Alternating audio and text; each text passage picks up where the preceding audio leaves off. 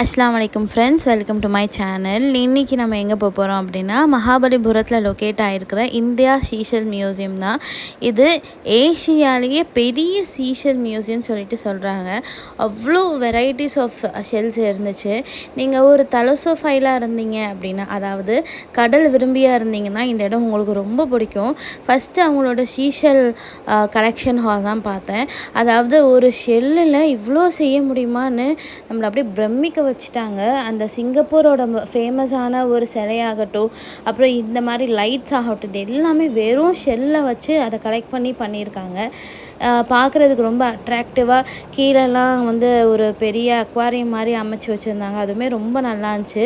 டிஃப்ரெண்ட்டான ஸ்டோன்ஸ் எப்படி இருக்கும், அந்த ஸ்டோன்ஸ் எல்லாம் எங்கே ஃபார்ம் ஆகுது, எப்படி அது பெருசாக இருக்குது, எப்படி இது ஒவ்வொன்றும் எப்படி இருக்குது அப்படின்னு சொல்லி அழகாக காமிச்சிருந்தாங்க. ரெண்டாவது அவங்க சீஷல் ஆர்ட் கேலரி. இதில் அந்த சங்கு, அப்புறம் அந்த சிப்பி, அது ஒவ்வொரு சைஸில் இருக்கிறது அதுவும் வச்சுருந்தாங்க. அப்புறம் கிட்ஸ் ப்ளே ஏரியா ஒன்று இருந்துச்சு. அங்கேயே ஃபீடிங் ரூமும் இருக்குது. இன்கேஸ் நீங்கள் ஒரு ஃபீடிங் மதராக இருந்தால் உங்களுக்கு அது ரொம்ப பிடிக்கும். அப்புறம் அட்வென்ச்சரஸ் பார்க் இருக்குது. என் பையனுக்கு பூனைக்குட்டினா ரொம்ப பிடிக்கும். அங்கங்கே குட்டி குட்டி பூனைக்குட்டி இருந்துச்சு. அப்புறம் அக்வாரியம் வச்சுருந்தாங்க. ரொம்ப டிஃப்ரெண்ட்டான மீன்லாம் இருந்துச்சு. நானே ஃபர்ஸ்ட் டைம் சிலதெல்லாம் பார்த்தேன்.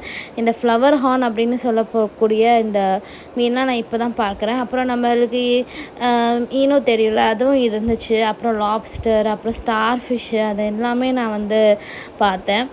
ரொம்ப அழகாக இருந்துச்சு. அப்புறமா இவங்களோட ஒரு பெரிய ஆர்ட் கேலரி மாதிரி ஒன்று வச்சுருந்தாங்க. அந்த பேர்ல் மியூசியம், ஆர்ட் கேலரி அதெல்லாம் இருந்துச்சு. ஸோ இதெல்லாம் எப்படின்னா, ஒரு உண்மையாலேயே குவீன் எலிசபெத் க்ரௌனை பேர்லில் செஞ்சுருந்தாங்க. அதெல்லாம் செமையாக இருந்துச்சு. இங்கே இந்த சீஷல் ஆர்ட் கேலரியில் சும்மா பர்ச்சேஸ் பண்ணுற மாதிரி தான் வச்சுருந்தாங்க. இந்த கீச்சன்லாம் நான் வெறும் 25 ருபீஸ் தான் வாங்கினேன். அதுவும் ரொம்ப நல்லா இருந்துச்சு. அப்புறம் இந்த இவ்வளோ பெரிய அட்வென்ச்சரஸ் பார்க் வச்சுருந்தாங்க. ஃபுல்லாக வெறும் டைனோசரில் என்னெல்லாம் வெரைட்டிஸ் பார்க்க முடியுமோ அதையெல்லாம் வச்சுருந்தாங்க.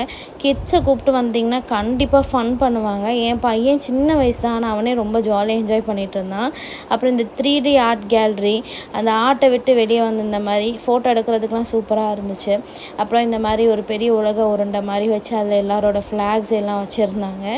அப்புறம் இது மெரைன்டைம் ஹெரிட்டேஜ் மியூசியம் சொல்லிட்டு ஒரு கடல் பிடிக்க போனால் என்னெல்லாம் வச்சுருக்கணும் ஒரு கப்பலில், அப்புறம் விதவிதமான கப்பல், அந்த டைம் ஏன்ஷியன்ட் டைமில் எப்படி மீன் பிடிச்சாங்க அப்படின்னு சொல்லிட்டுலாம் வச்சுருந்தாங்க.